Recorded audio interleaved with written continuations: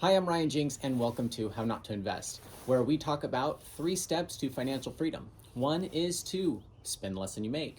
2 is to invest that difference, and step 3 is to go slacklining or climbing or whatever you are into. It's important not to skip steps 1 and 2, and it's definitely more important to not get stuck at step 2 like so many people do. Now let's jump into investing in real estate as a piece of your pie. It's nice to have a lot of different things in your investment pie so you are diversified, just like we have a main line and highlighting and then the backup line, just in case something goes wrong. Now this is not financial advice. I am not a financial advisor, and this is for entertainment purposes only, which is why I include jokes. So please, don't make financial decisions after watching some guy on YouTube you don't know. So let's discuss the definitions. Rental property is, well, it's rental property. You buy a piece of real estate and you try to make it a little nice and you rent it out to people who will try to make it less nice. And I have owned a rental property for 6 years. I just sold it and will share my experience throughout this video. Syndications is where you buy a slice of a property with a bunch of other people, and it's very hands-off because the syndicator does pretty much all the work. And REITs is where you buy a tiny sliver of a company that owns real estate and you do not own it directly. So we're going to talk about all 3 of those in this episode here. To help you understand the differences, rental property is like setting up your own highline. It's a lot more work. You have to buy all the gear, but it's way more rewarding.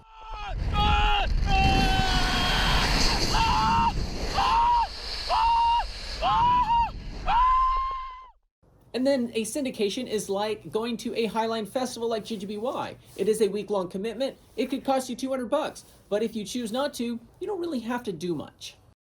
And then REITs is like going to a slackline festival in your park. It might cost you $5 and you can just stop by for 30 minutes if you want. So it's a lot low commitment, but also a lower reward. Now let's talk about liquidity, or how accessible your money is in all 3 of these options. Basically, liquidity is how accessible is your money.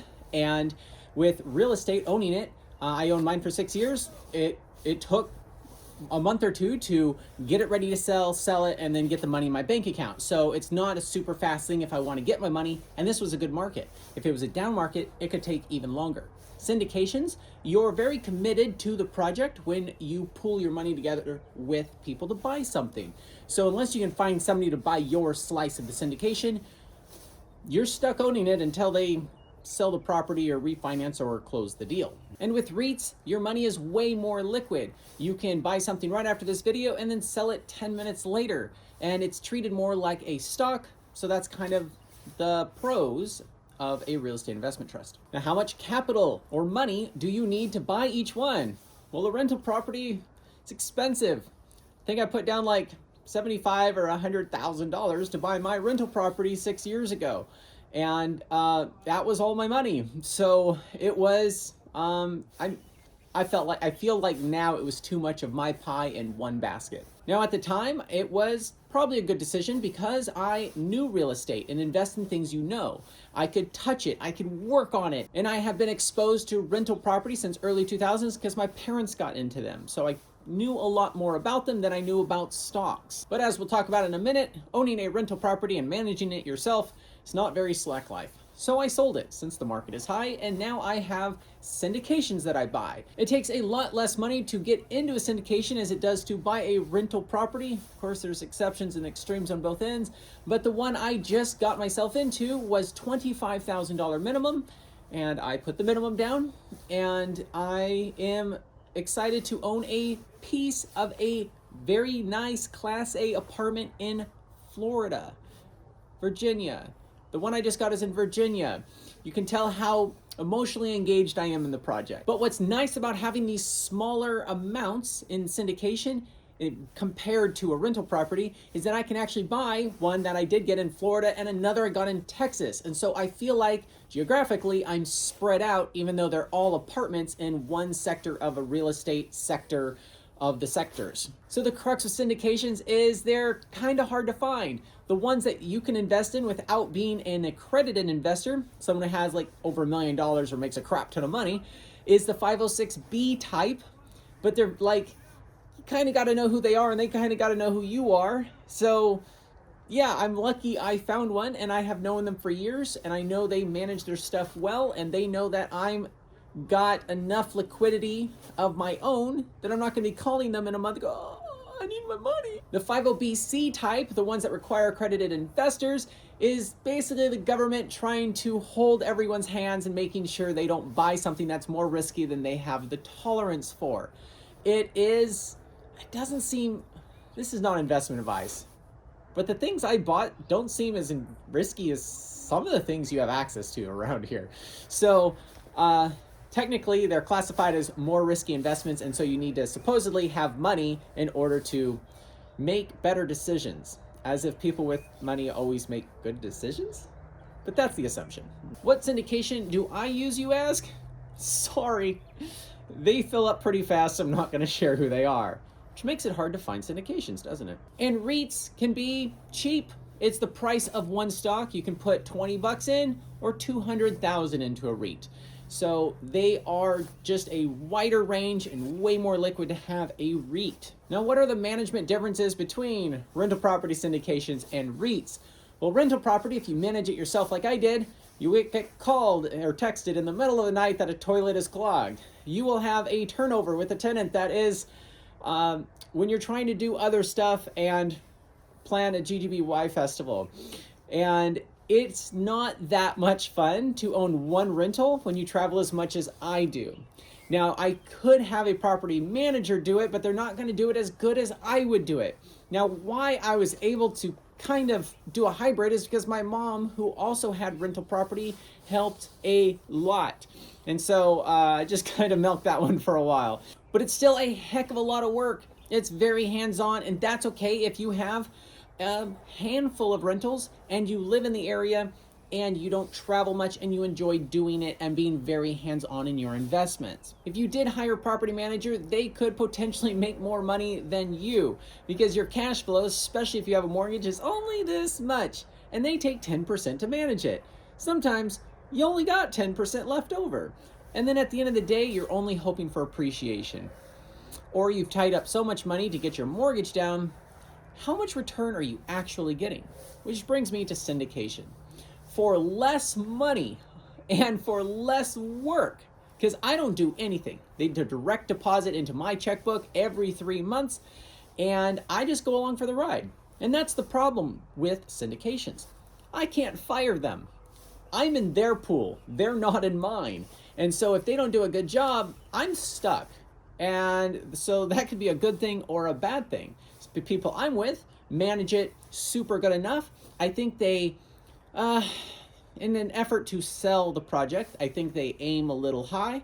They always come in just a little lower. And this number I'm very happy with. And because I've seen consistency there, I'm okay with it. And they manage things super good enough to where I'd rather go slacklining or break stuff later today. So I personally like the level of commitment a syndication has in my life on a day-to-day basis. Now, a REIT is really hands-off. You don't even know who the CEO is, whereas in a syndication, you have direct access to the person in charge, and there's a small group of you. Whereas a REIT, there's thousands, if not more, people invested in this company that owns a lot of different things. You may not even know where the properties are located.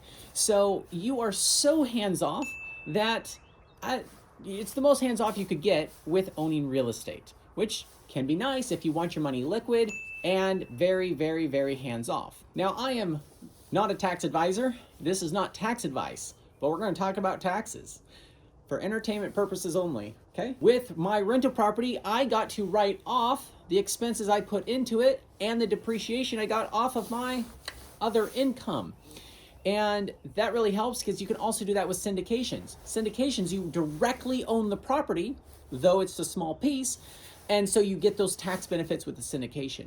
However, with REITs, it's taxed as normal income because they pay you either monthly or quarterly, and you have to claim it as normal income. All the tax stuff happened behind the scenes, and so you don't really get those tax benefits. Taxes are complicated. I didn't really feel the benefits when I had my rental property, and then when I sold it, I had to recapture all the depreciation I had anyways. You're not supposed to sell. Well, I did. And so how much benefit did I really get with those taxes? it wasn't that big of a deal to me in the moment. What are the return differences, or how much money do you make in each one? Well, with rental property, when you own a piece of property, in theory, it goes up with inflation. However, I did sell my house 15% more than my neighbors that sold 3 weeks before mine. The market's crazy right now. But over time, rental property goes up with inflation. How does that make you more money than in stocks? Well, if you only put 20% down, you're doing a 5-to-1 leverage. And whenever you leverage anything, you're, in theory, could make more money or lose more money. Leverage is scary, but it is more socially acceptable in real estate because it's, I don't know, something with a foundation, and it's not likely to lose too much value, even though it did 10 years ago and it's about to again. So don't over leverage yourself when there's a market that's making properties too high. As much as you can tell, I'm not a fan of too much leverage. I did technically double my money in 6 years because I put, let's say, I think 75 or 100 grand on the property, and then over 6 years, I was able to sell it for 75 or 100 grand more, and the whole time I made the rent money, it basically covered all the expenses, plus like this much more. The rent money really wasn't I don't know, it wasn't that awesome.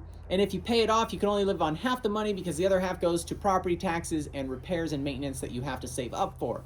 So on the money I ever had tied up, let's say I was making 3, 4, or 5% cash on cash, and then I doubled my money in 6 years.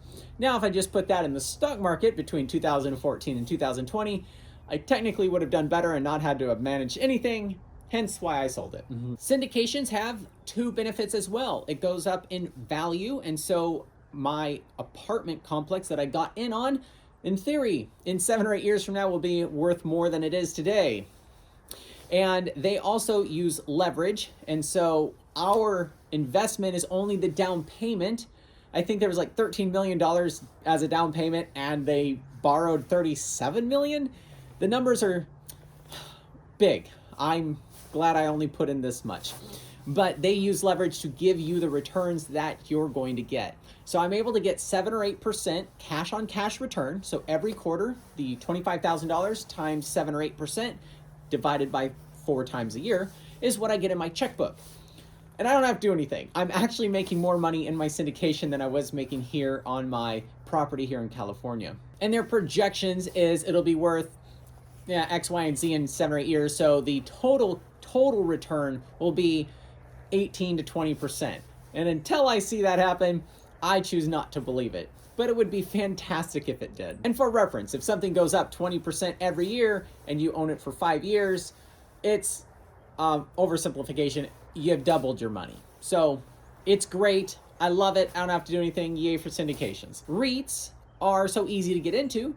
And if they're paying, let's say, a dividend yield of 6 or 7% with some good properties, well, a lot of people are going to flood that in, raise the stock price, and if you buy it at this price, you're now making only 3, 4, or 5%.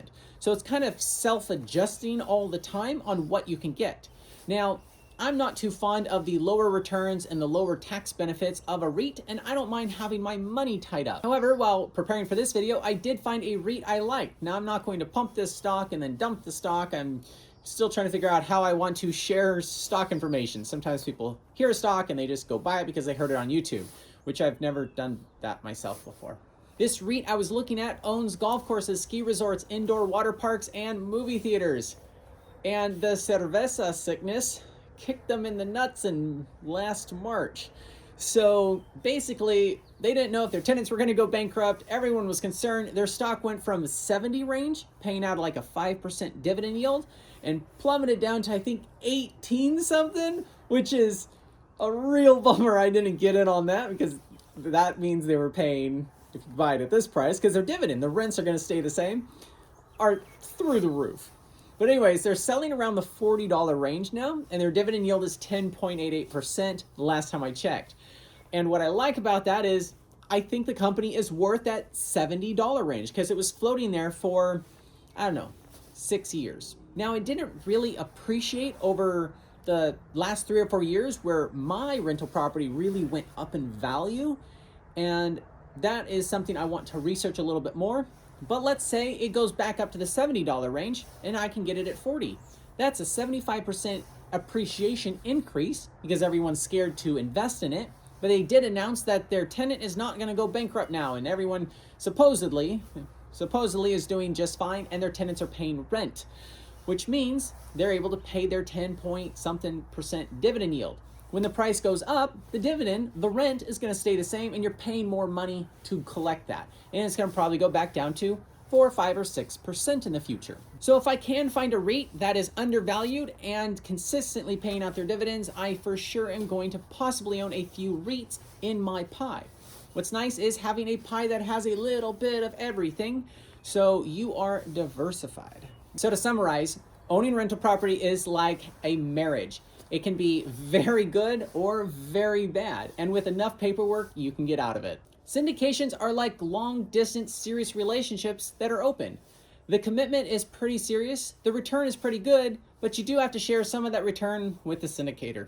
And REITs are like Tinder. You research 100 of them and only one works out, and typically with a low return. And at this point in my life, I'm really valuing syndications. All jokes aside, I actually do like real syndications. Anyways, I should just stop digging myself in a hole here.